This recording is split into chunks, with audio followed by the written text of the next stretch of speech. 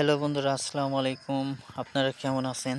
তো বন্ধুরা, আশা করি সকলেই আপনারা আল্লাহ তাআলার অশেষ রহমতে ভালো আছেন।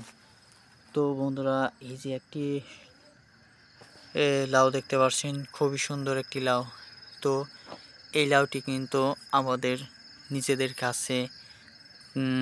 গাছে হয়েছে। তো বন্ধুরা, আপনারা চাইলেও আপনাদের বাড়িতে এরকম সুন্দর লাউ আসবে, যদি বন্ধুরা আপনারা সঠিকভাবে পরিচর্যা করতে পারেন এবং কি আপনারা যত্ন নিতে পারেন, তাহলে আমাদের মতো এরকম বড় বড় লাউ আপনাদের কাছে আসবে। তো বন্ধুরা, এর ফলে আমরা যে আমাদের বাড়িতে এরকমভাবে লাউ চাষাবাদ করেছি, এর ফলে আমরা উপকার পাচ্ছি। আমরা নিয়মিত লাউ খেতেও পাচ্ছি এবং কি লাউ বিক্রি করতে পাচ্ছি। তো বন্ধুরা, এই লাউ গাছ রোপণ করতে পারলে আপনারা কিন্তু সব দিক দিকেই লাভবান হতে পারবেন, সব দিক দিয়ে উপকার পাবেন। তার কারণ হচ্ছে, এই যে লাউয়ের পাতা শাক হিসেবে খাওয়া যায়, ভর্তা হিসেবে খাওয়া যায়, রান্না হিসেবে খাওয়া যায়।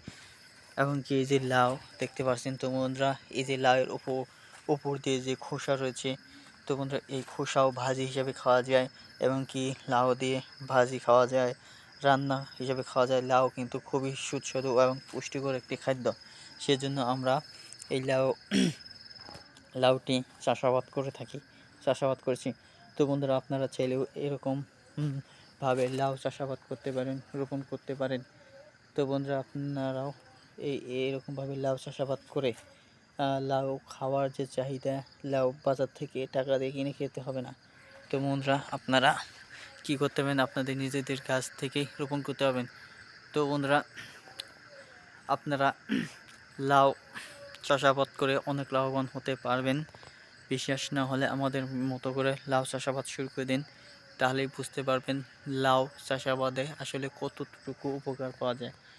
তো বন্ধুরা, লাউ খেতে পারবেন, লাউ বিক্রি করতে পারবেন, সব কিছুই করতে পারবেন ইনশাল্লাহ। ধন্যবাদ আপনাদেরকে।